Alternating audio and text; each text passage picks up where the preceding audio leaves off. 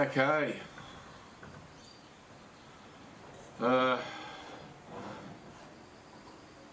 Half celebration. I'm halfway there, so I'm going to have a dab because I need a drink after that. Cheers, Jubilee, Prost. Pardon me.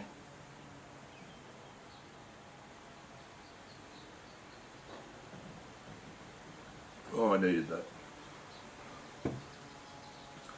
So what have I done? You know how I said that what I would really like to do is to gut the muffler on this 572 so that it can actually breathe. Well, I did.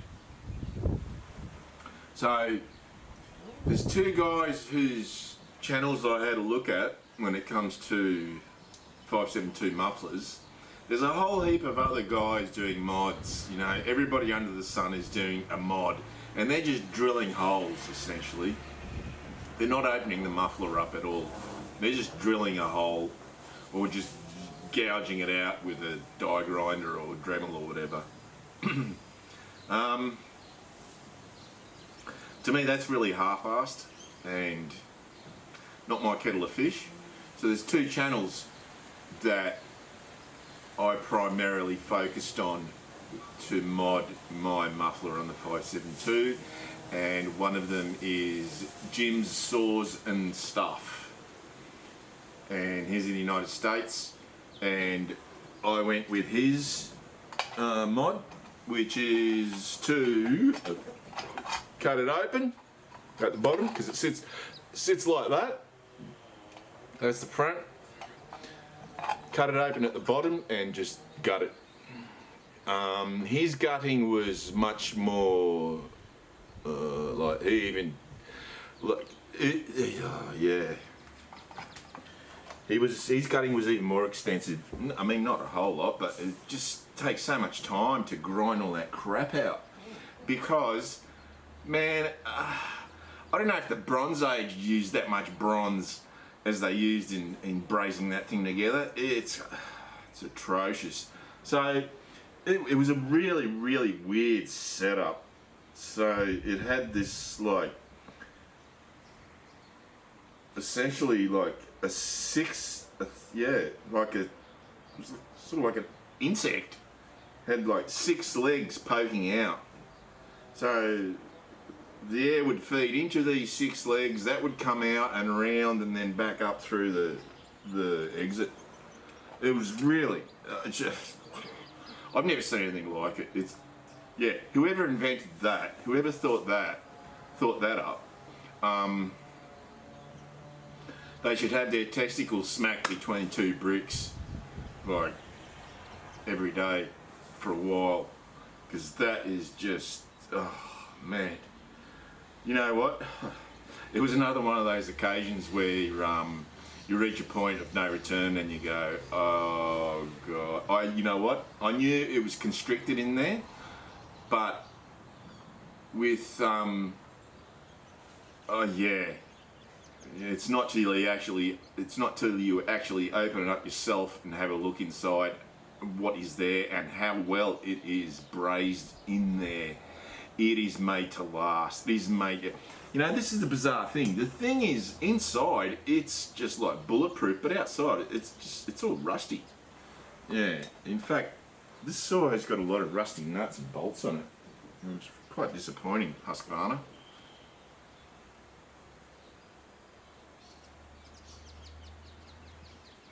You know, your latest and greatest, and you can't even put a rust-proof coating on your nuts, on your bolts,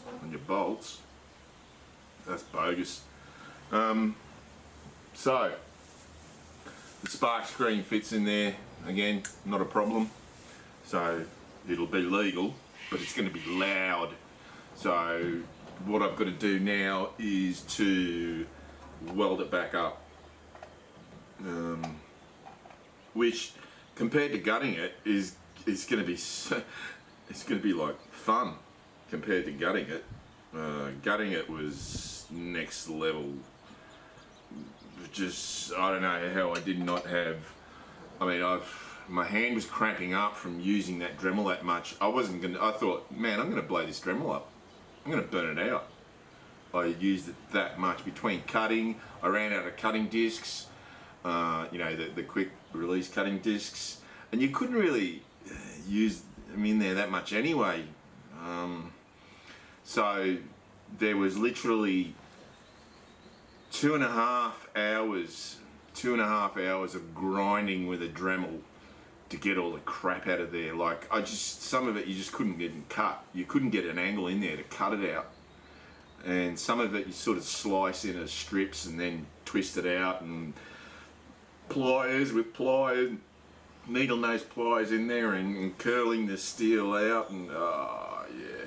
So the other channel that that I had a look at, I think, and I had a look just then because I couldn't remember what the name of the channel was. He's an Australian guy. What's he? I think it was Aussie Bucking or something like that. And he went the route that I should have gone. Yeah, I went down the wrong road again. The route that he went down was that he saw the Steadfast Forestry Products muffler, and he went, there is no way that I'm paying that, you know, no way. And in actual fact, the amount of money that they want for that thing is just crazy. It's really, even if you wanted to buy it, it's really hard to get. I tried to order the damn thing and I couldn't, can't deliver it to you. So yeah, you're not getting my money. But what he did was he just copied it, which probably isn't that hard when you think about it. So that's the route that I should have gone down. I should have copied it. And if I had copied it, I would have made it two-piece that are just clamped together. Not that you'd have to, but yeah, it makes it easier to clean out and whatnot. That's the route that I should have gone down. I wasn't going to do that. Yeah, but I didn't. So, what's my lesson? Tell us, Go Bangs, have you learnt a lesson from this? Yes. If I do get another 572 or a 562 or any of those new chainsaws with the really weird ass shaped mufflers, like spaceship weird ass shaped mufflers, just make a box copy of it, and you know, have it so you can have the spark screen in it, but don't bother about trying to open them up and gut them, because by golly, that was so I've got one I did have. I had a really fine steel splinter. I can taste metal because I've been grinding for that long. I wasn't wearing a mask. Steel is not a big deal. Steel dust is not really detrimental. Magnesium and aluminium, yes. Yeah. When I'm porting, I do wear a mask. Like on a magnesium or aluminium, well, they're magnesium cylinders. When I'm porting a cylinder, I wear a mask because that shit is not good for you at all. Steel, not a biggie, just a bit of extra iron in your system. So what I'm going to do is I'm going to weld that up, but first I'm going to have another drink.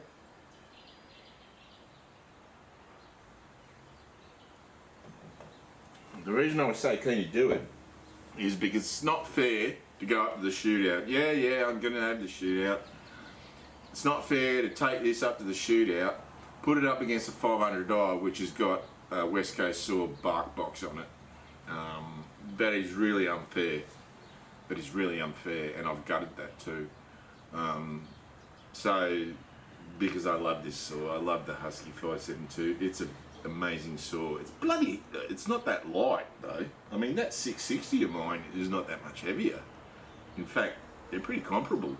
The 500i is really light. But yeah. So what I should, so here's some advice. If you are considering doing a mod on your 572 muffler, here's my advice. Do the really half-assed bullshit mod, which is just drilling a hole through all the crap. Right? Just do that.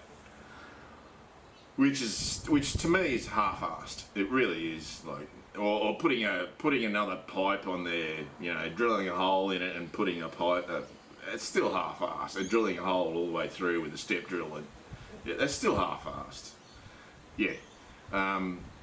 What I would advise is have a look at the Steadfast Forestry Products muffler and just copy it. Yeah. They can't sue you for it because you're not selling it. All right. You're not marketing it. So, because the amount of money that they want is just insane. You know, I wish that West Coast Saw would make one. I'd buy it in a second. You know, they're not what I would call cheap, but their product is very, very good, and delivery is super prompt, especially to me here in Australia. Usually when I get something from the United States, it takes time. The West Coast Saw delivery is, yeah, straight up. Well, as I said, it's not cheap, but their stuff is very good, and I always highly recommend West Coast Saw products. So what I'm going to do is I've been putting it off, try to prolong this talking shit. But now I'm going to weld this up. So I didn't do this before, which I should have. I've prepped all the edges, so it means I've just with a flap disc, little mini flap disc on the Dremel, taking off all the paint. Where I'm going to weld, there's this one spot, I don't know if you can see, there's this one spot where there's this big amount of bronze. Hopefully that's not going to cause too much drama. But considering that I got away with that, what's it called, that 2500 clone, the Azedo 25cc, it was just pretty much just welding over the top of bronze. Yeah, that was a complete nightmare. That's another lesson learned. Don't do it. I probably will again, but so I'll go ahead and weld this up, then give it a paint job, put it on, and then fire this baby up, because there's still heaps of time. I'm not sure what time it is, but there's still heaps of time in the day to get that done. So I'll see you. All right. So it's back together. I'll show you it running.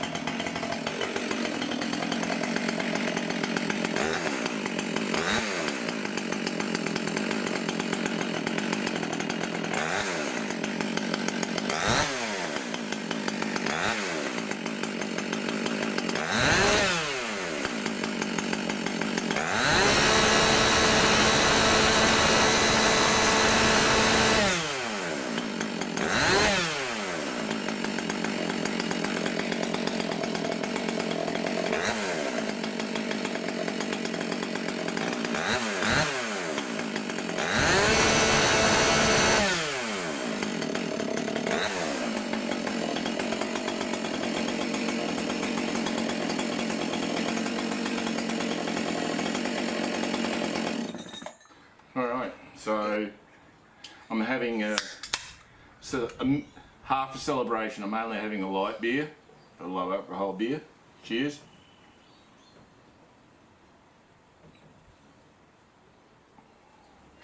Because the reason I'm only having it, pardon me, a mini celebration is because by the time I had worked out the proper setting for that little domestic MIG of mine, I'd made an absolute mess of it. You can't tell. You can't tell unless you take it out and have a look underneath. Oh man. Yeah, so the material that it's made of is really, really thin and very soft. Like really soft. Obviously, I mean, they put a bunch of shit in it, but what they made it out of, pardon me, is really, really light, really thin and really soft, and I just kept popping holes in that thing. Hole after hole after hole. I'd patch a hole, I'd get a run going, and then bang, another hole. I'd change the setting, get a run going, bang, another hole, try and seal that up, and by the end it was just a conglomerate of shit.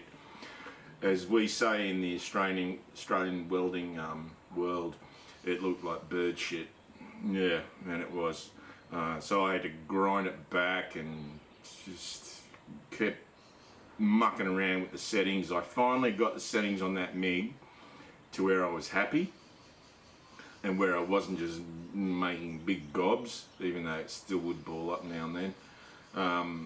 But it wasn't popping holes, which was good. Yeah, so let me tell you, I think I would rather, if I knew what I was in for, and I was told, would you rather be kicked in the nuts or do that? I'd probably rather be kicked in the nuts, like seriously. So, yeah, so that little MIG of mine, I haven't used it much, and it's not like other MIGs, it's different. So it took me a while to figure it out, but by that time I'd made a mess. But I got it all, I got all the holes filled and got it together, and she's in, she's back in, spark screws in, everything, it works fine. So you saw it running. Now the throttle response was always good on this, it was always good, from memory. I did cut some fair sized timber with it a while ago, and the big difference is the note. It's a lot louder, so now that it can breathe, I'm assuming that now it will be able to produce more power, hopefully. I'm hoping for this to come sort of a little bit close to the 500. The 500 should kill it because it's 10 cc's bigger and there's no replacement for displacement. So 70 cc versus 80 cc, yeah, there's no competition. But this is with that muffler mod, yeah, she should be able to perform pretty well. So in future, if I get another one of these, or even still, I might make a copy of the Steadfast Forestry replacement muffler, because yeah, this muffler's a bit of a mess. It's, you know, it's in there and it's working in that, but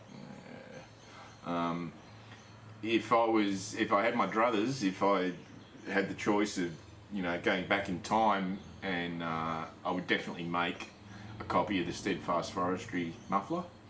I wouldn't do the mod on this muffler. It was, yeah, the material is extremely thin, like I said, and extremely soft, very soft. It's a very crap steel, so crap that like the top of the muffler was already rusting. You know, that's bogus. So, but I'm happy to have done it, even though it was such an ordeal, because now I can take this up to the shootout, put it up against my big boy G372, the 500i, and this. So until then, see you later.